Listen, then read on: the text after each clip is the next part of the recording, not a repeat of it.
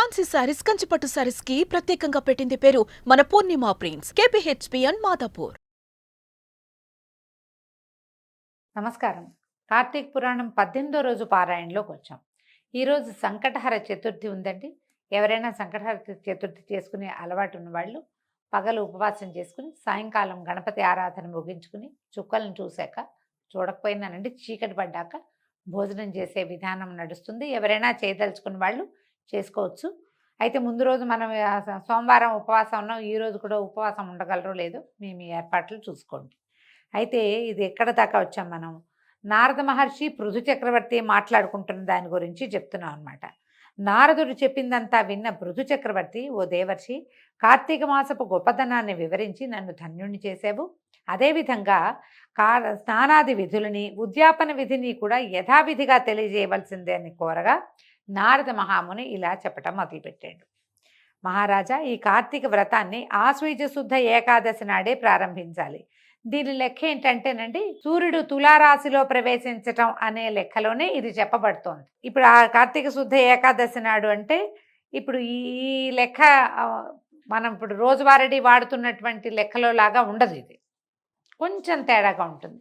మనకి కార్తీక మాసం ప్రారంభంతో మనం వ్రతం మొదలు పెట్టుకుంటాం కదా, వీళ్ళు ఆశ్వయుజ మాసంలోనే చెప్తున్నారనమాట. విధానం మనం ఇది పాటించినా పాటించకపోయినా పురాణంలో ఉన్నది మాత్రమే చెప్తాం. ఎందుకంటే సూర్యుడు తులారాశిలో ఎప్పుడు ప్రవేశిస్తాడు?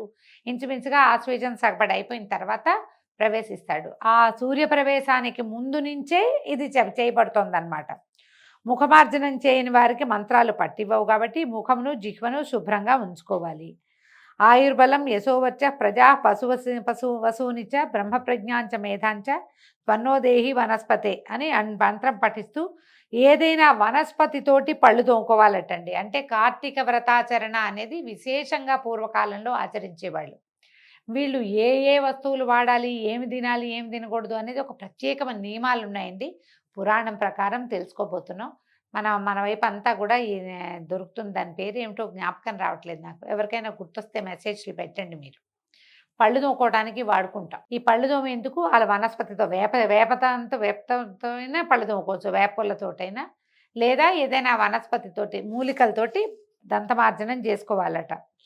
దంతధావనం చేయాలి. క్షయతిథుల్లోనూ ఉపవాస దినాల్లోనూ పాడ్యమి, అమావాస్య, నవమి, సప్తమి, కృష్ణపక్ష సప్తమి, సూర్యచంద్ర గ్రహణాలు ఈ వేళల్లో దంతధావనం చేయకూడదు.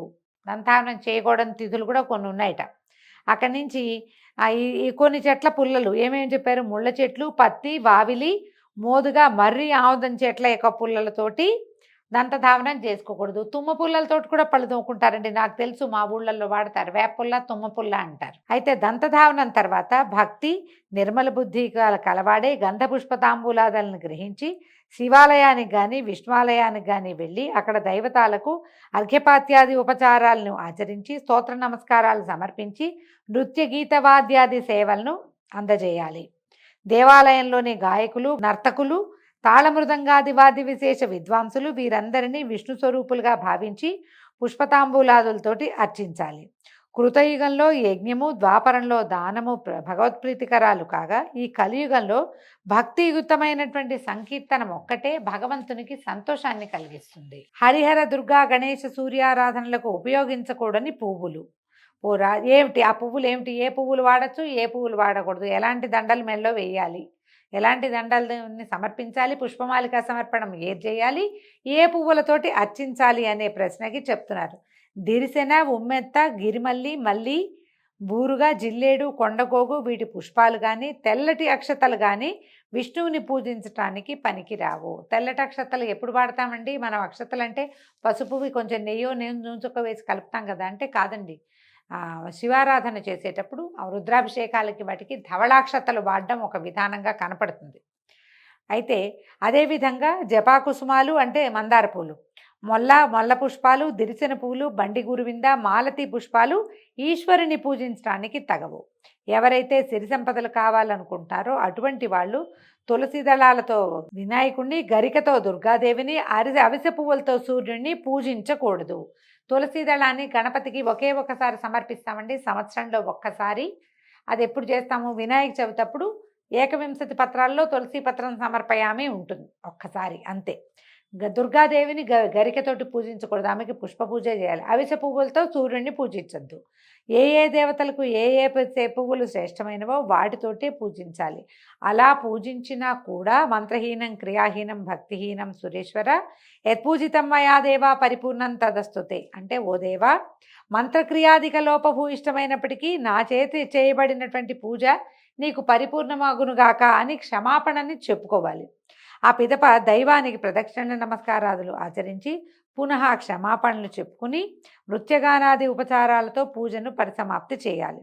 ఎవరైతే కార్తీక మాసంలో ప్రతిదినము రాత్రి శివ పూజను కానీ విష్ణు పూజను కానీ ఆచరిస్తారో వాళ్ళు సమస్త పాపాల నుండి విడిపడిన వాళ్ళై వైకుంఠాన్ని పొందుతారు. ఇందులో విశేషంగా చెప్తారంటే ఉదయకాలాదుల్లో విష్ణువార్చన, సాయంకాలాల్లో శివార్చన చాలా విశేషమైనవి. మనం దేవాలయాలకు వెళ్ళేటప్పుడు కూడా పొద్దుటి పూటే విష్ణువాలయానికి వెళ్ళాలి, సాయంకాలం శివాలయానికి. ఈ కార్తీకంలో సాయంకాల శివారాధన చాలా విశేషమైనదిగా చెప్తారు. ప్రదోష వేళ అర్చన మంచిది. నారదుడు ఇంకా చెప్తున్నాడు, ఓ రాజా మరింత వివరంగా చెప్తాను విను. వ్రతస్థుడు అంటే ఎవరైతే కార్తీక వ్రతం చేయదలుచుకున్నారో వాళ్ళు, ఓవేళ మనం నెలంతా చేయకపోతే ఏ ఏ పర్వదినాల్లో మనం చేయదలుచుకున్నామో వాళ్ళకు కూడా ఇది చెప్తున్నారనమాట. మరో 2 గడియలో తెల్లవారుతుందనగా నిద్రలేచి శుచి అయి నువ్వులు దర్భలు అక్షతలు పువ్వులు గంధము తీసుకుని నది వద్దకు వెళ్ళాలి. చెరువులలో కానీ దైవ నిర్మిత జలాశయాలలో కానీ నదులలో కానీ సాగర సంగమాలలో కానీ స్నానం చేస్తే ఒకదానికంటే ఒకటి 10 రెట్ల పుణ్యాన్ని ఇస్తుంది. చెరువులో, మన ఊరి చెరువు ఉంటే చెరువైనా లక్షణంగా చేయొచ్చండి. చెరువు కూడా మంచిదే. ఇంకా ఇంకా అధికస్య అధికం ఫలం, మనం ఇంకా కాస్త బాగా పెద్ద పెద్ద వాటిలలో చేయగలిగితే అది ఇంకా మంచిది. ఏ పుణ్యతీర్థంలో స్నానం చేసినా అందుకు 10 రెట్లు ఫలితం కలుగుతుంది. ముందుగా విష్ణువుని స్మరించి స్నాన సంకల్పం చేసి దేవతలకి అర్ఘ్యాన్ని ఇవ్వాలి. నమఃకమలనాభాయ నమస్తే జలశాయినే నమస్తేస్తు హృషికేశ గృహాణార్ఘ్యం నమోస్తుతే అని ఈ విధంగా చెప్తూ స్వామికి ఆ అర్ఘ్యం ఇచ్చి దైవధ్యాన నమస్కారాదులను చేసి, ఓ దామోదర, ఈ జలమందు స్నానం చేయటానికి ప్రయత్నిస్తున్నాము, నీ అనుగ్రహం వల్ల నా పాపాలన్నీ నశించిపోవునుగాక.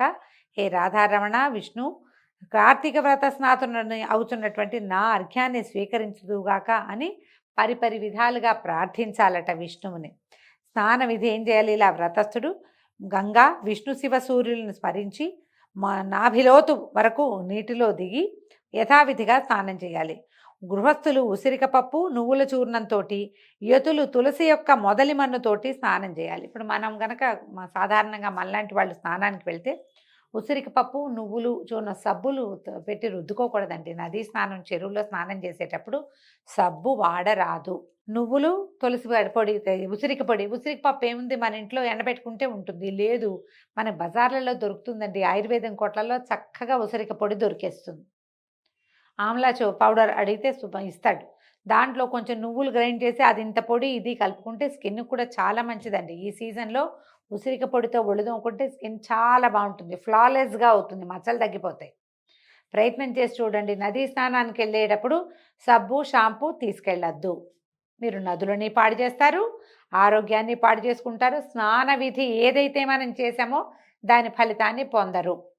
పొరపాటును కూడా నదీ స్నానంలో సబ్బు వాడకూడదు. అయితే ఈ యతులు ఎవరైతే యతీశ్వరులు ఉంటారో వాళ్ళు తులసి యొక్క మొదలి మనతో, తులసి చెట్టు తాలూకు మూలంలో ఉండే మట్టితోటి స్నానం చేయాలట.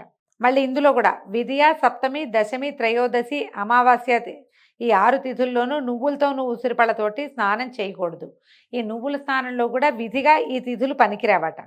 శరీర శుద్ధికి స్నానం చేసి ఆ తర్వాతనే మంత్ర స్నానం చేయాలి. ముందు మామూలుగా ఒడిదోకోవటం అలాంటివి చేసేసి ఆ తర్వాత మంత్రస్నానం తర్వాత చేయాలట. స్త్రీలు తదితరులు బ్రాహ్మణేతరులు పురాణోక్త మంత్రాలతోటే స్నానం చేయాలి. స్త్రీలకి తప్పకుండా స్నానానికి ఎవరైనా మంత్రం చెప్పుకునే వాళ్ళు దొరకాలండి. మంత్రం చెప్పుకుని స్నానం చేయటం పురాతనమైన తెలుగు నావలలో పుస్తకాల్లో మన శ్రీపాద సుబ్రహ్మణ్య శాస్త్రి గారి కథల్లో కూడా మంత్రం చెప్పించుకుని స్నానం చేయటం అనేది కనపడుతుందండి. పురుషులకు అక్కర్లేదు, స్త్రీలకి మంత్రవిధి స్నానం అవసరమట.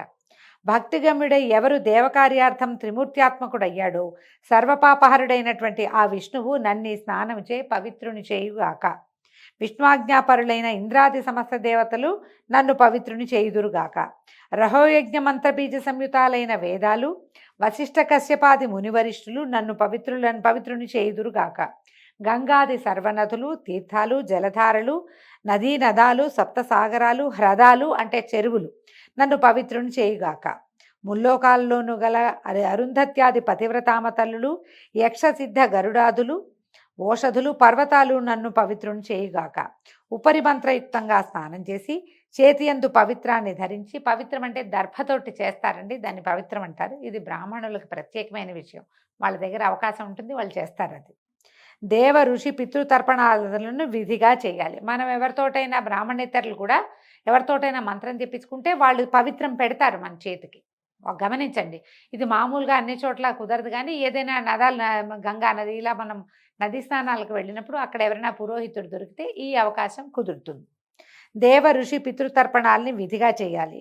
కార్తీక మాసంలో పితృతర్పణ పూర్వకంగా ఎన్ని నువ్వులైతే విడవబడతాయో అన్ని సంవత్సరాల పాటు అతని యొక్క పితృదేవతలు స్వర్గంలో నివసిస్తారట.